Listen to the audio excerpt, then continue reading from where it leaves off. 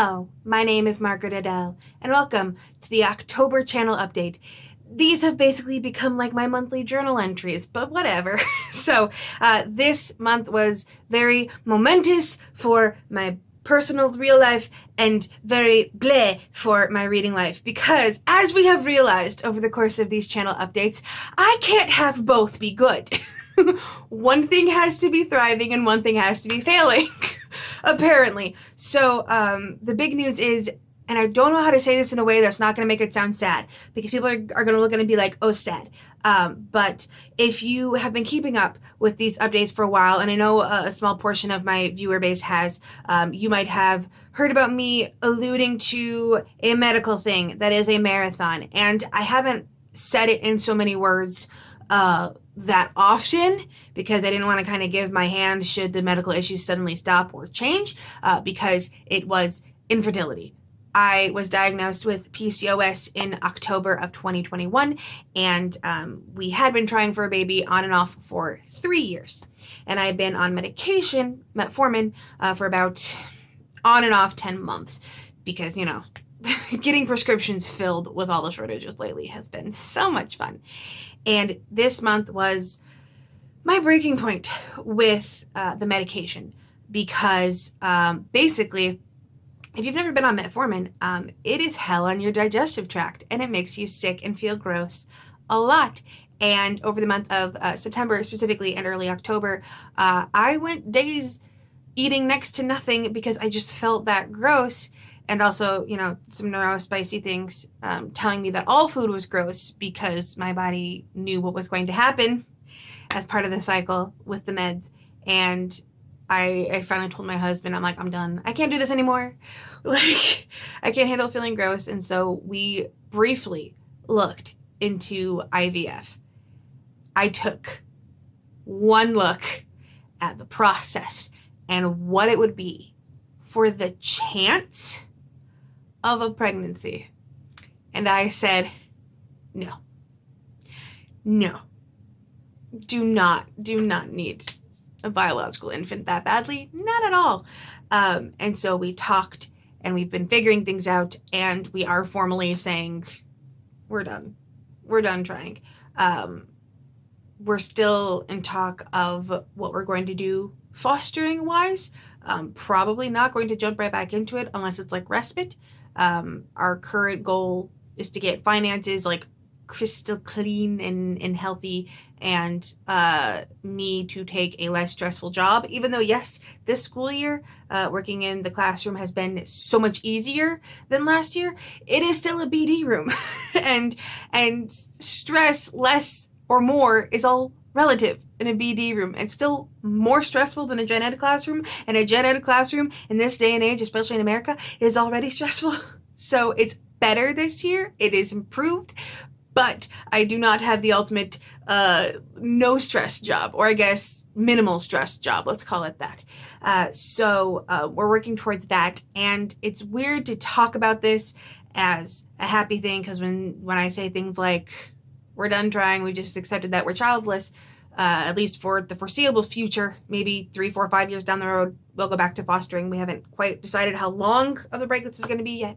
The concept of that, people get sad and they're like, oh no, I'm so sorry, like all that kind of stuff. And honestly, this is the first month, you know, when I got signs the next menstrual cycle is starting, and I am still keeping up the period presence thing I started when we were trying, because I like buying myself something nice at the start of every period. You should try that if you menstruate. It's fun. It's the first time where I don't feel like I'm fighting my own body, because when you have diagnosed infertility and you're trying, it feels like you're at war with your own inner organs, and it's weird. And to just be like, okay, I'm done. If my own genetics and my own biology isn't doing this, I'm done trying to force it. And also because we just realized that, like, we don't feel the lack. Like, I can't remember the last time I sat around wishing we had a baby in the house, or wishing that we had any kids in the house, at least right now. We're just enjoying a more low-key life right now, which is what I should have been doing this entire year. Again, I called this my year of rest so often, but I also was fighting against a biological clock. So now that we're not, I can actually rest, and I'm looking forward to it. And ironically, or unsurprisingly, I guess, I have a better relationship with seeing baby and pregnancy related things in books and media online now that we've stopped, now that it no longer feels like, again, a fail state, a fight in my life. I can just accept and love that other people have cute babies, and I move on. And I have the knowledge that I don't want specifically the baby that badly. We've already had that experience. We already know what it's like, so I will have been aware of that, but don't necessarily need it again. And in general, things outside of the medical stuff are actually going well.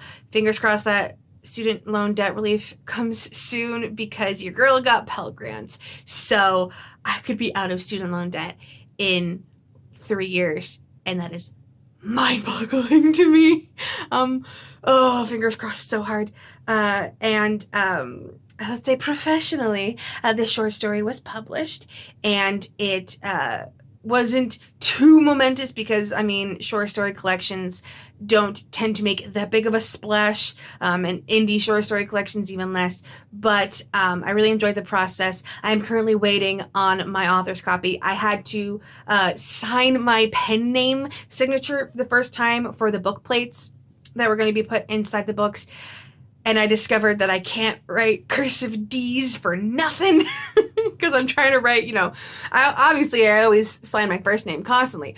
But then I was like, okay, let's try signing Adele in cursive for the first time because it's not my legal last name.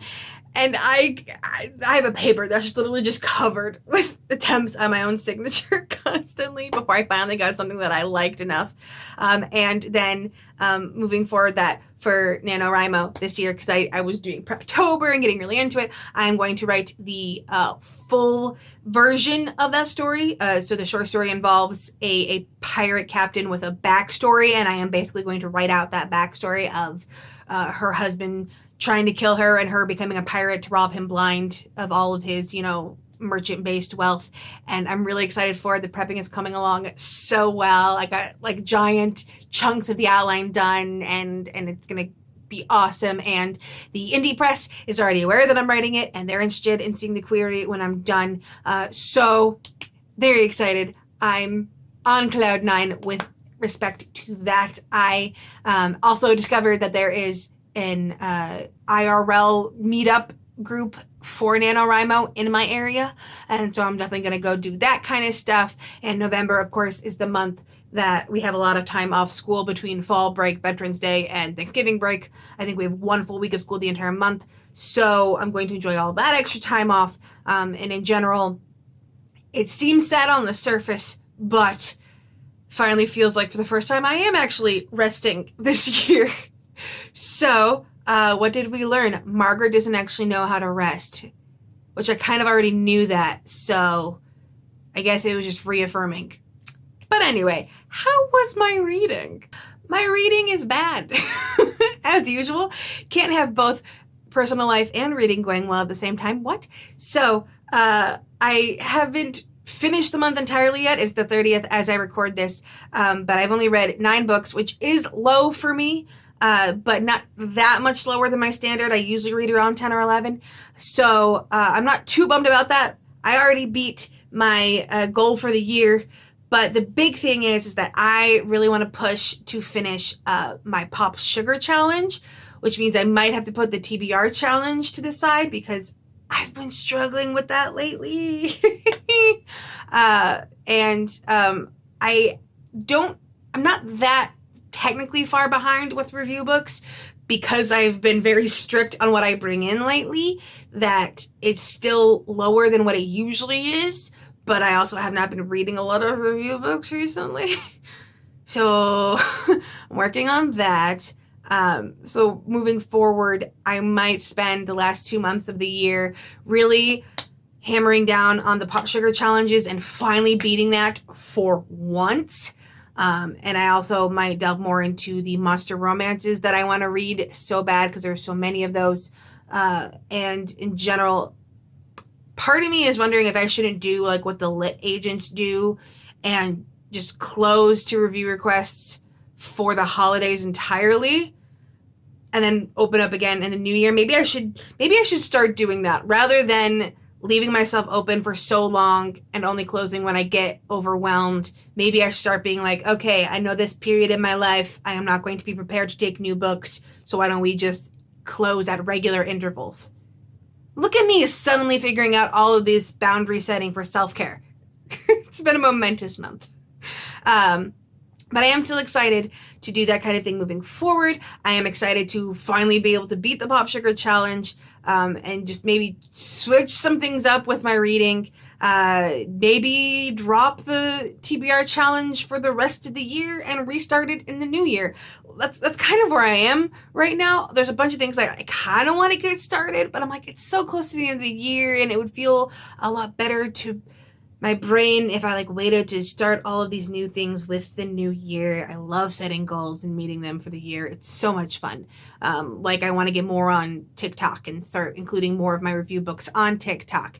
I want to try again with the challenges. I do want to continue the TBR challenge eventually. Right now it's like down to 160, which is really good. 150 is like my overall goal for this entire year.